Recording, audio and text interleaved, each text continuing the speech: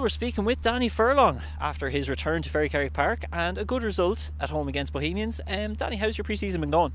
Yeah, it's been going really well. We've got some good results.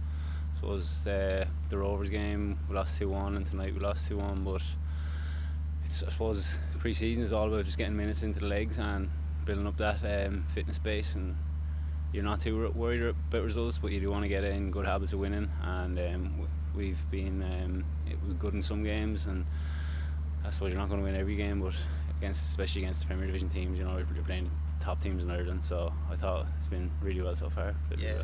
Just speaking of fitness base, so obviously you've been away from the League of Ireland for a couple of years, but you've been playing locally with a strong side like North End for a few years as well, working with John Coggan, who's the head of football. How do you feel your fitness is going into this season? Yeah, it's probably the fittest I've been in years. James sessions, you know, they're really good. They're nearly all football based, so it's not you kind of turn up to train. You won't see a football. Some pre-seasons you mightn't see a football for 3 weeks, but all James sessions are really enjoyable. They're all exciting. They're lads. The games, I suppose, are very intense. There's lads chomping at the bit to get into the games and to start the first game of the season. So yeah, it's probably the best way to build your fitness is in match-related scenarios, and I think James's sessions have always been like that. So it's enjoyable. Yeah.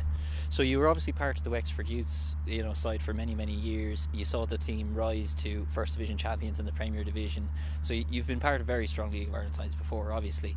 How do you think things have changed? Say now we're in the 2023 season under James Keddy. How do you think the standard of the League of Ireland has changed then over the last few years? Yeah, I suppose I don't really like saying it, but made my debut back in 2007, and it's come on leaps and bounds since then. There's you see even if with fitness levels has gone up and up every year, and I suppose every player now is more into the gym. There's kind of more athleticism, I suppose you could put it that way. But yeah, the standard, like you see some of the teams now doing well in Europe in the Premier Division, which that does set the standards. That's where teams want to be. That's the benchmark. But even the First Division this year, you could pick 6 teams that are going to be, I suppose, thinking they're going to win the league, let alone get to the playoffs. So yeah, I suppose back a couple of years ago it would have been, you might have thought 1 or 2 teams and the rest just scrap it out for the bottom half of the division. But yeah, it's getting better every year, and you can see that now with the sponsorships coming in and the likes of yourselves doing all the League of Ireland TV. It's there's a lot of interest in it. Of course, yeah. No, we've seen the changes off the pitch as well. Final question then. Obviously, look, you got to get your run out back in front of the fans here at Ferrycarrig. How did it feel to be back? Absolutely delighted, yeah. I suppose it's I was talking to a few people about it, that I'm probably hungrier than ever.